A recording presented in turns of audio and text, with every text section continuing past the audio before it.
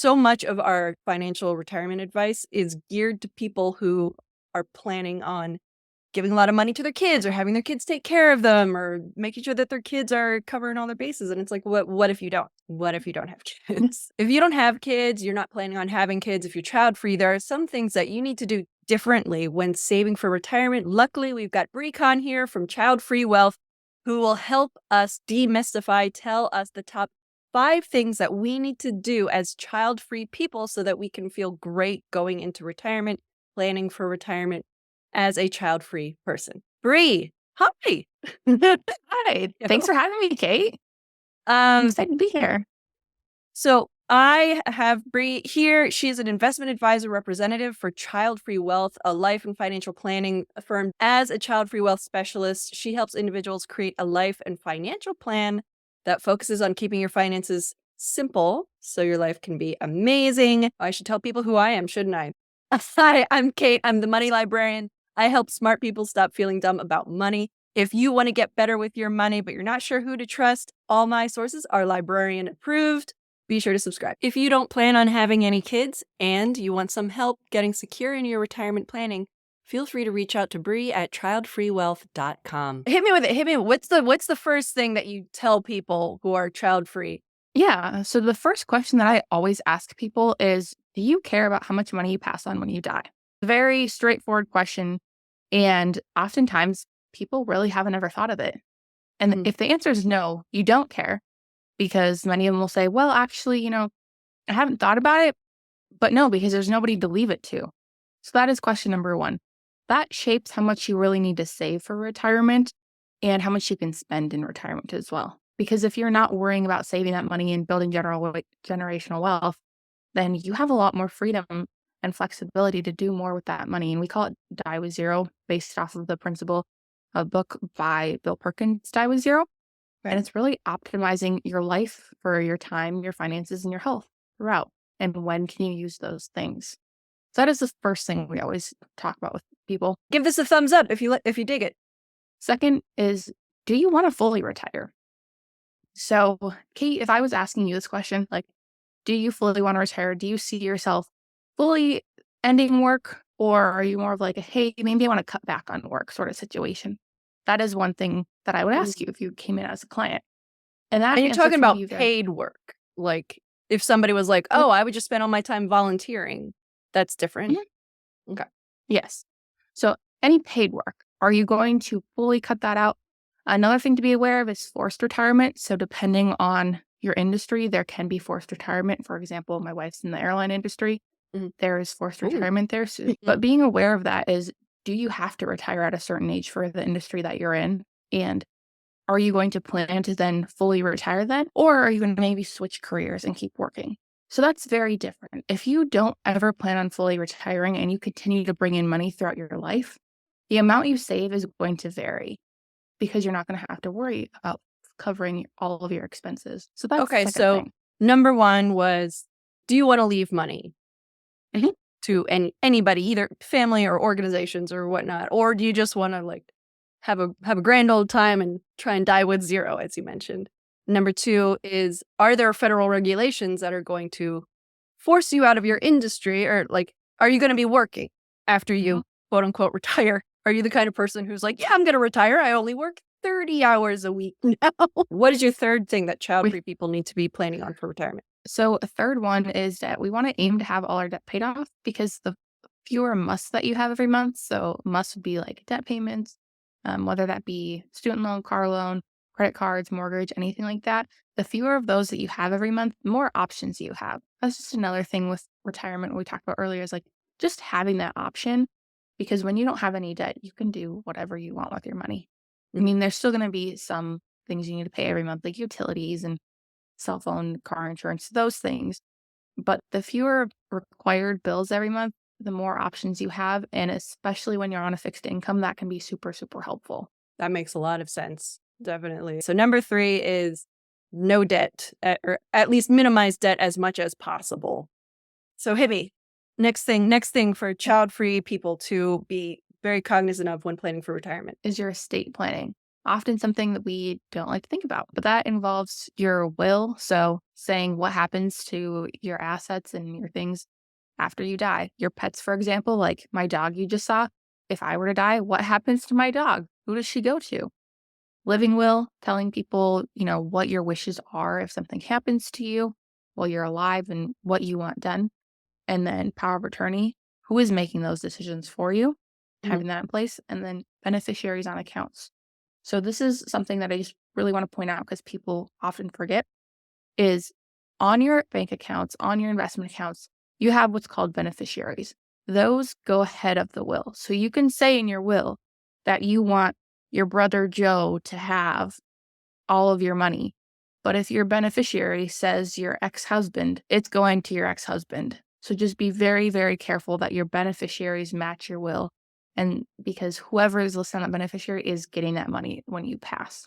Okay, and that's beneficiaries for all bank accounts and retirement accounts as well. Yep. Any sort of investment account. It can be a brokerage account. It doesn't have to Okay. necessarily be a retirement account, but Okay. yeah, all of your accounts.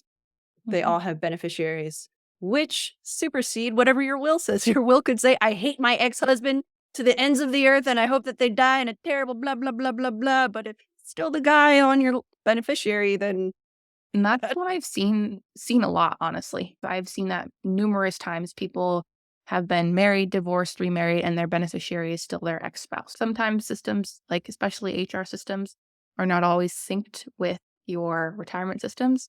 I've had people set their beneficiary, set it up correctly, and then we go back a year later and it got changed back to the old person. Keep an eye on those. okay, good to know. So make sure to have will, living will, updated beneficiaries, and am I missing was there something Power of else? attorneys. Power of Yep. attorneys.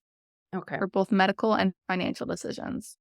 Okay, so all of that seems exceedingly unpleasant to do, and I can see why a lot of people put it off. What is the simplest way to get all of that sort of done in the least unpleasant fashion? I often tell people it's going to be hard and you might have kind of a crappy day when you're doing it, Mhm. honestly. Just block that time off. Understand going into it that it is not the most pleasant conversation you're ever going to have in your life, especially with your spouse, and let yourself feel kind of sad and then go do something fun. There are a number of different ways you can do this. There is trustandwill.com if you want to do it yourself. If you have a legal benefit through your work, definitely check that out. Oftentimes they will cover that for you and a spouse if you have a spouse. Or you can also reach out to an estate planning attorney and pay for it out of pocket. That is typically the most expensive option. And so if you have something more complex, that would be definitely the route to go. Mm, But whatever your preference is, and if you feel more comfortable having an attorney do it versus DIYing it, that's okay too. that sounds great. That sounds great. And what is the last thing that child-free people need to be particularly cognizant of for retirement planning? Planning for long term care. Long term care is going to be on the end of your life. On average, right now, it is $108,000 a year. Women typically do 3.7 years in long term care, and men typically 2.2. There are lots of options for long term care, but knowing what you want is most important. So when you say long-term care, does that mean like an assisted living facility? Could it be having somebody come in and help you out with day-to-day stuff? Yeah, so it kind of encompasses all of that. It can be, going to assisted living facility if that is what you prefer or would like having somebody come to your house, so like aging in place. Mm. There's skilled care, which is going to be the kind of the 24-hour around the care type situation. There's a growing number of CCRCs, which are continuing care retirement communities. You buy in and then usually you pay like a monthly lease amount almost.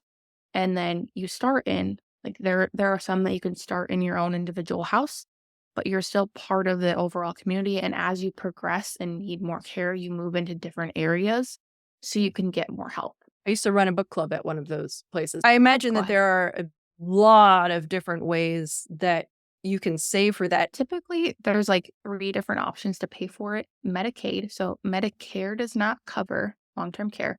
Medicaid does, but that means you need to spend down your assets. Usually, if you have less than $500,000, that's when you can go for Medicaid. That is not necessarily going to give you an option of where you go. You're going wherever they have a bed, wherever they accept it. And if you want a private room, that is very unlikely. with Medicaid because it's government paying for it. So the care is not going to be as luxurious, I would say. I mean, as luxurious as long term care can get. It's not going to be the top of the top. And then long term care insurance, you can purchase that. There are some companies who will give you a quote at age 30, but not many. Usually you have to be 40 years old. So we have clients make a decision in their mid 40s, so like 45 is when you really aim to say, hey, if you're going to buy long term care insurance, let's pay for it now because it definitely is cheaper, like you were saying. Okay. Because not only your age and your health conditions, but also your parents' health conditions can really impact the cost of that. And there are multiple options to pay for it. You can do a lump sum payment. It's going to be a couple $100,000 at least, usually. You can pay once a year for 10 years, or you can pay every year for your entire life. That is going to be the longest. I always say, think about Amazon Prime. If you want to pay for Amazon once a year, it's cheaper than paying for the monthly subscription. It's the Gotcha. same thing with long term care. The fewer times you pay for that insurance, the cheaper it is. And then there's also the option for self insurance. So, usually in today's dollars, like if people have more than about $3 million, we say you can more than likely afford to pay for it out of your own pocket. That's good to know. All right. So these are all things that child-free people need to be aware of for retirement, on top of just making sure that you're getting your match at work, 401k, 403b. You are putting in for your Roth if you can do that. Those are just for your cost of living stuff. But this is all the other things that you need to get in order. Well, thank you so much. That was Yeah. super, super helpful. If you're looking for one-on-one financial planning, especially if you're child-free, reach out to Bri at childfreewealth.com. I like to have pet cameos in my videos. she is. She's a little heavy. But this is my dog, Lily. She does not look happy to be on camera, but thank you. That made my day. That was awesome.